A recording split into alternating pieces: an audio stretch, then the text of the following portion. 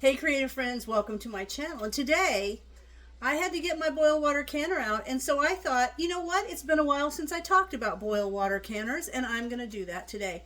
So what I wanted to talk about is the different types of canners, how to use them, and kind of the rules about them, because this is usually the gateway to a serious canner. You usually start with the boil water canners because boil water canners are used for high acid foods, and that are things like fruits, certain tomatoes, pickles, jams, jellies. Now, things like pickles recipes will include vinegar that will make them a higher acid. And side note, if you find a pickle recipe, if it's in an approved book, it will generally have a 50-50 ratio of vinegar to water. That's what's going to make it the safe acidity level. If you find an old recipe, you can send it to an extension office or something, have them review it and make sure it's a safe one. Secondly, tomatoes. Tomatoes are a weird thing because they're right on the line of high and low acid. So all tomato products, whether they're in a boil water canner or a pressure canner, will have lemon juice or an acidifier added to it. So there you go. So anyway, boil water canners these types of foods should always be processed in a boil water canner. And they're usually made of aluminum or stainless steel or that porcelain covered, you know, the big old boil water canners that are like that dark blue with the speckles. Those things are pretty common. They usually will have a removable rack, some sort of a rack, because you want to hold your jars up off the bottom of the canner because you don't want your jar to be directly with that heat, okay? And yes, a lot of people used to say, oh, put a towel in the bottom of your canner. Do not do that, because when you have your jar sitting flat on something, the towel is not going to let the water circulate. Whereas if it's sitting, I'm just going to use this little rack. If it's sitting up on a rack, this is a miniature version. I have the bigger one. The water's going to, see how it sits up off the rack? And so the water's going to be able to circulate and get it evenly hot and processed. So you want to make sure that you've got a rack. And also the bottom, the canner needs to be deep enough that when you put your jars in there, it can be covered by at least 1 inch. I always say 2, but at least 1 inch of vigorously boiling water. And I'm going to show you a trick on how to keep that from going all over the top of your stove because that's such a pain. Now, boil water canners, oftentimes you're going to see, especially those old blue ones, the bottom will be flat. If it's a flat bottom, it's really for your electric burner stoves. Sometimes you'll see the ones that have kind of a rippled bottom. Those are like propane and gas. That's what they're made for, so that the heat it just doesn't hit it in the one spot. It kind of radiates out. And when you have a boil water canner, it should never be bigger than 4 inches wider than your element, your canning element. So don't put something like this on a small element because it won't be big enough to completely heat. So it should never be more than 4 inches wider than the diameter of the element on which it is heated. So there's tons of different brands on the market, but if you don't actually have a boil water canner, I'm going to show you something. But let's look at this one. This is actually a Ball boil water canner. See, it says Ball. And this one has a nice lid. I like the way this lid sits down in the lip. You'll see those old aluminum ones where it sits on there and then the steam builds up and kind of comes out the sides on your stovetop. I hated that. That's why I got this. This is a good one. I like the fact that it's got a clear lid so I can see what's going on in there. And I have this type of rack that goes in the bottom that will hold your jars up off. And then there's these. Now these can also be used because you can see they've got these little nubbin, these little bumps, and the heat can come through there. So that can also be used. But these are also handy to set on top of your jars, and that helps break up the bubbles or diffuse the bubbles so they're not so aggressive and they don't like boil over, they don't come out. But this one eliminates that because that's the lip where the lid sits in there, and that eliminates it. But if you have one that is the old kind that just sits on there, this kind of helps prevent that water from boiling over. So that's a good tip. I'm giving you good tips. Okay, so there's that. Now, yes, you can stack jars, so if you have your jar in there and you want to make 2 levels, you can do that, but you always want to put a divider in between. Why do you do that? because if one jar sits directly on top of another jar, it's not going to let the jar lid kind of, you know how you don't cramp it completely tight, it's just finger tight? That's so that the air can exhaust out of the jar. If you have one jar sitting on top of another jar, it's going to hold that down and it's going to cause you a problem. You're going to get, it's just going to be a mess. So always make sure that you've got something dividing the two, and then this way it will keep the, because you're going to have a ring on here, see? So this ring, oops. All right, so this ring is like that. So that ring is not flat on that lid. Hang on, I'm trying to do this sideways. There you go. So that lid, that ring is not flat on that lid, but see the little space it gives you? If this sits there, it's on that ring, and it still gives the flat the space to move to exhaust the air. So there's your rule.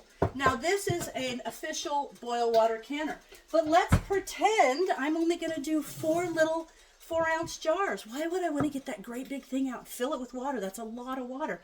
Do I need to do that? No, I don't.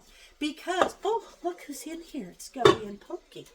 But you can get a smaller container, as long as your jar can fit in there with at least 1 inch of vigorously boiling water. Anything can be a boil water canner. It's not like the rules that go with pressure canning, and I will do a video explaining all that. But this is just an old pot that I have. I like it, it's handy, and I love this for my small batch canning. You can buy miniature little racks, and this will go in there, and my little jars can sit on there. Or, got this too, if I was doing the little squatty, the little tiny 2-ouncers, I could literally put this on there and do a stack of 2. So that's kind of handy. But what if you don't have these types of things? Oh, what if you don't have those? But you're just dying to can something in a boil water canner. I'm going to show you how you can make a rack. Lids. Your old rings, put them in there. I only have 4 here, but you get the idea. Put them in there, and then your jar sits up on top. Just make sure you have them faced as you would put them on the jar. Otherwise, your jar will just sit down in them. So turn them over, and see, your jar's not going to sit there. It's not going to, like, see? That's perfect. So use old rings for that. Don't use a brand new ring because they'll get icky. But use old rings and make yourself a little rack in the bottom of your canner. And another tip is, let's pretend you only have 4 of these, and you know, in any boil water canning situation, if you don't have enough to really hold things there, they'll bounce around in the boiling water and it's going to be a pain. You know, you can avoid that by just putting an empty jar. Just fill an empty jar with water. It doesn't even have to have a lid on it.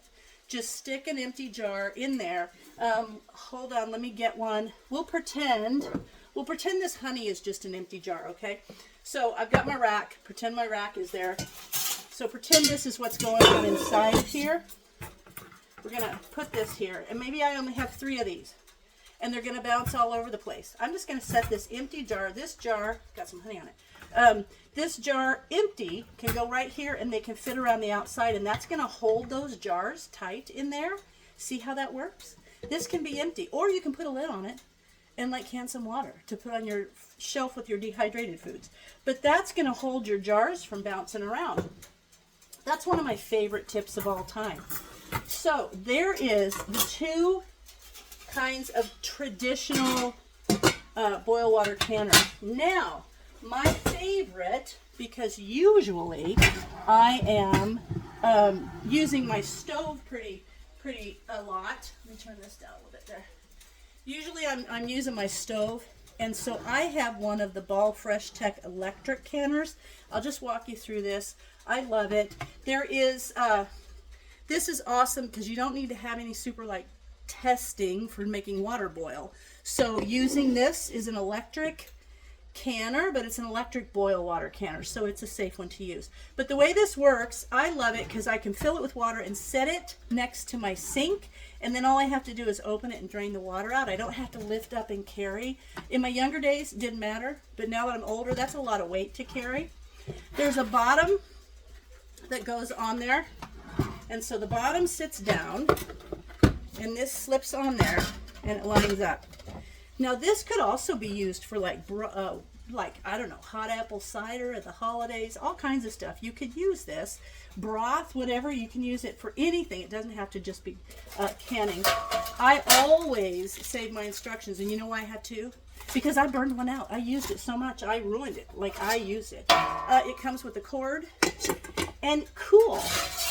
It comes with one of those things I was just telling you about to diffuse it. This is literally called a diffuser, and it has a little handle on it, so you can set that down on top of your jars. It comes with a rack, and it also comes with a max fill. It comes with a little line here, a little lip that you can set this on. And the reason you do that, so see, you can set this on there, and you can fill the bottom with water, and you can put things up here like maybe lobster or crab or something you want to steam. So that's a feature that can be used with this. But make no mistake, it says minimum fill. That's the least amount of water you can have in here because it's a heating element. It says steam fill. Do not confuse that with this being a steam canner. It is not. This is just there if you're going to steam food in it, maybe your corn on the cob or something that you want to put in there. And then the max fill, and then don't ever turn it on without liquid in it, is a rule.